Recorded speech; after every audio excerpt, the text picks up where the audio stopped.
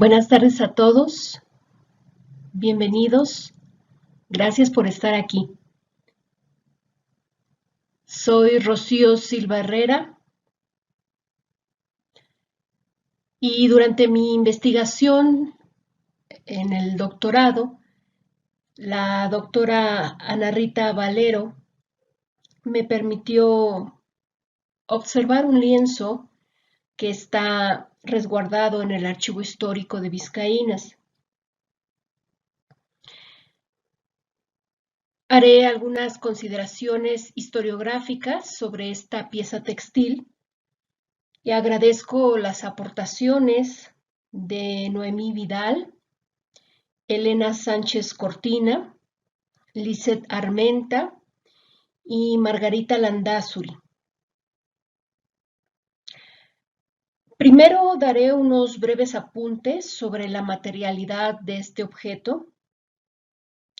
Segundo, consideraré el escrito que tiene cosido este lienzo en una de sus esquinas y que nos lleva a conocer a los protagonistas, a los primeros protagonistas de este recorrido histórico. Tercero, se hará un recorrido cronológico lineal para seguir al textil desde el lugar donde fue producido hasta su actual repositorio. Finalmente, haré unas consideraciones a manera de reflexión final.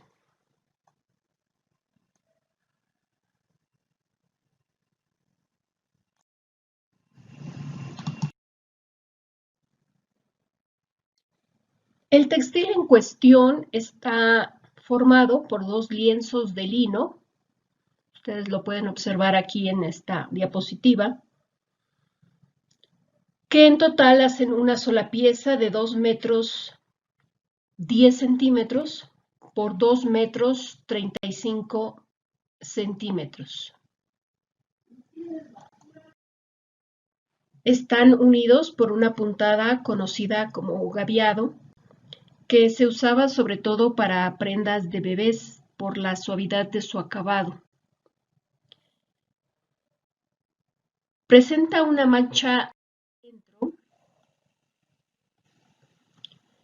que podría ser un fluido corporal, tal vez una micción. En general, su estado de conservación es bueno. En una de sus esquinas está cosido un texto, escrito con tinta ferrogálica sobre papel de algodón, cuyo contenido es el siguiente. Padre prefecto de Nuestra Señora de Belén, esta sábana es de la cama en que murió el arzobispo mi señor don Francisco de Aguiar y Seijas, y por cuanto sé el afecto de vuestras reverencias a su señoría ilustrísima, remito la sábana a ese santo convento para memoria suya. Que dé Dios a vuestra paternidad muchos años, México y agosto 19 de 1689 años. Capellán de vuestra paternidad que sus manos besa, don José de Lesamis. Hace apenas una semana se cumplieron 331 años de la elaboración de este escrito, el cual nos indica que este lienzo es una sábana que estuvo en contacto con el cuerpo de Francisco de Aguiar y Seijas al momento de su muerte y que fue enviada por José de Lesamis a los hermanos betlemitas el 19 de agosto de 1698. De esto se desprenden estas preguntas. ¿Quién fue Francisco de Aguiar y Seijas? ¿Quién fue José de Lesamis? ¿Y por qué los betlemitas le tenían afecto a Aguiar?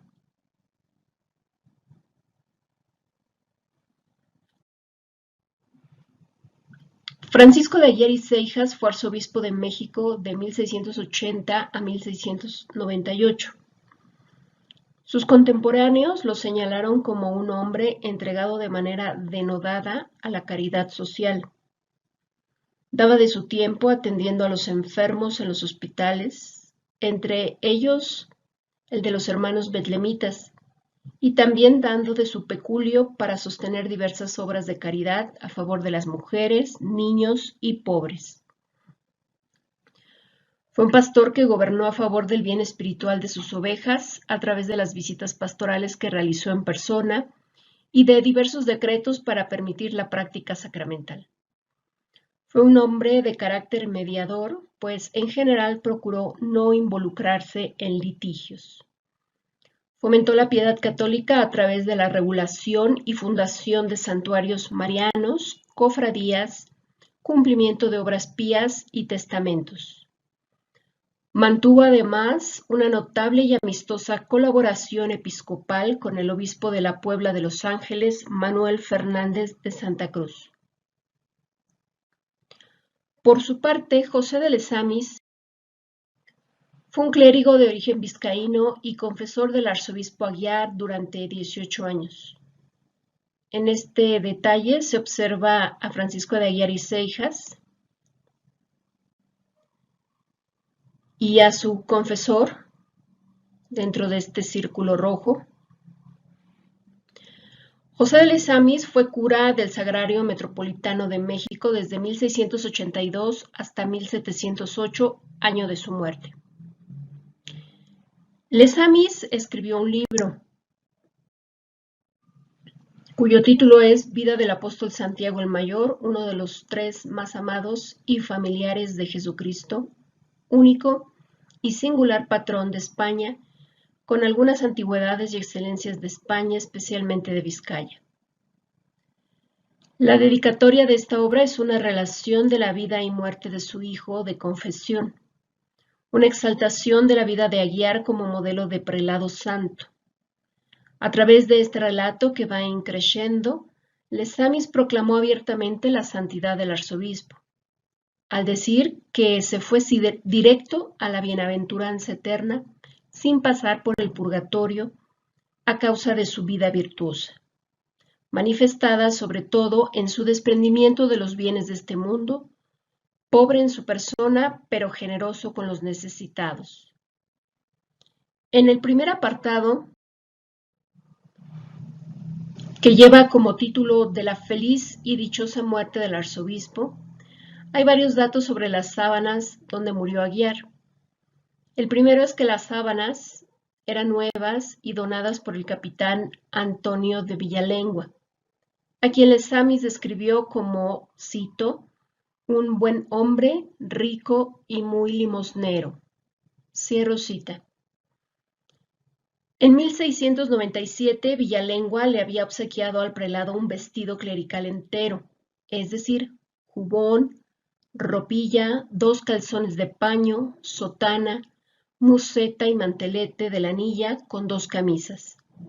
El arzobispo no quería aceptar el regalo, pero lo hizo cuando el donante le dijo que estaba vistiendo a un pobre por amor de Dios. A Antonio de Villalengua se le daba el título de capitán. Presumiblemente fue soltero y sin hijos reconocidos. Sus bienes heredados fueron de 2.591 pesos, 15 ducados de Castilla, 34.000 pesos de oro común, 6.000 pesos de oro común reales, una esclava negra y una mulatilla, así como la libertad a un esclavo negro. La institución eclesiástica más beneficiada del legado del capitán fue la Congregación de San Pedro. Luego lo fueron su hermana, que era viuda, y la hija de esta, a quien los documentos describen como inepta. Este hombre rico fue presentado por José de Lesamis como otro José de Arimatea, pues este arropó con sábanas nuevas a Jesucristo y Villalengua lo hizo con Aguiar. Otro dato sobre las sábanas en el texto de Lesamis es que cuando fueron lavadas por la mujer de servicio, ésta percibió un olor maravilloso en ellas. Recuérdese que en la Iglesia Católica hay una tradición que señala al buen olor a la hora de la muerte como un signo de santidad. Se dice murió en olor de santidad. Actualmente Francisco de Aguiar y Seijas es considerado venerable. Esto es que la sede apostólica ha decretado la heroicidad de sus virtudes. Su proceso de beatificación, iniciado en la segunda mitad del siglo XVIII, sigue abierto. Así pues, en caso de que el prelado llegara a ser beatificado, esta sábana puede ser una reliquia de segundo grado.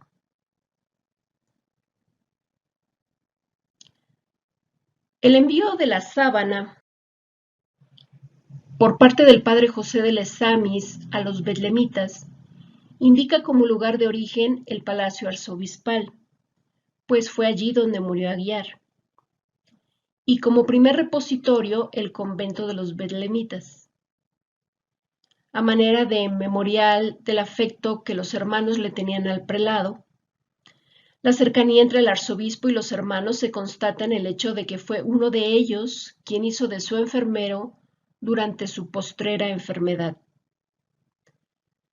La sábana se conservó por más de 120 años en el archivo del convento de los hermanos como la reliquia del hombre virtuoso que fue Aguiar. Pero en 1821, cuando los betlemitas fueron lanzados de sus casas, a causa de la supresión de las órdenes hospitalarias decretada el año anterior, el superior de aquel momento tomó consigo la sábana. Sin embargo, al cabo de un tiempo, la necesidad le obligó a venderla. En 1853, Fray Julio de San Camilio, un betlemita refugiado en el convento de los Camilos, compró la sábana por 2 pesos. Él la mantuvo consigo hasta 1857, cuando su enfermedad se agravó y decidió que sería mejor que la reliquia estuviera en el Colegio de Niñas de Belén, ya que éste había sido promovido y sostenido por Francisco de Aguiar al momento de su fundación en 1682 por el padre Domingo de Barcia. Aquí hago un paréntesis para decir que la carta que remite estos datos del siglo XIX en torno a la sábana y que se encuentra igualmente en el archivo de Vizcaínas, ofrece una ventana de acceso al devenir de los betlemitas luego de su exclaustración y da caminos por donde transitar para reconstruir su historia, pues se carece de su archivo histórico. Volvemos al siglo XIX con Fray Julio de San Camilo. El 19 de noviembre de 1857, este betlemita, sobreviviente a la supresión de su orden y acogido por los Camilos, entregó la sábana reliquia de Francisco de Aguiar y Seijas a la prepósita del Colegio de Belén. ¿Cómo llegó la sábana al Colegio de las Vizcaínas? El Real Colegio de San Ignacio de Loyola quedó exento de la jurisdicción eclesiástica y fue gobernado y administrado exclusivamente por la Cofradía de Aránzazu, conformada por miembros de la Comunidad Vascongada de México. Esta situación jurídica permitió que, cuando fueron promulgadas las leyes de reforma en 1859, el Real Colegio de San Ignacio de Loyola no fuera expropiado.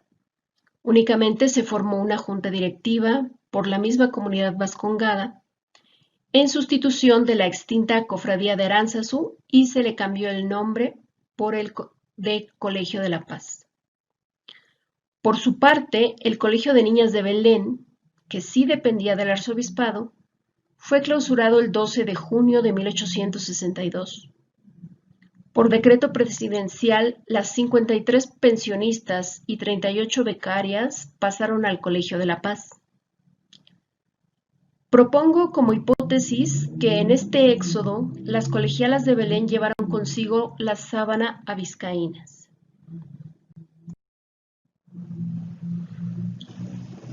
Este lienzo ha sido testigo del devenir histórico de México.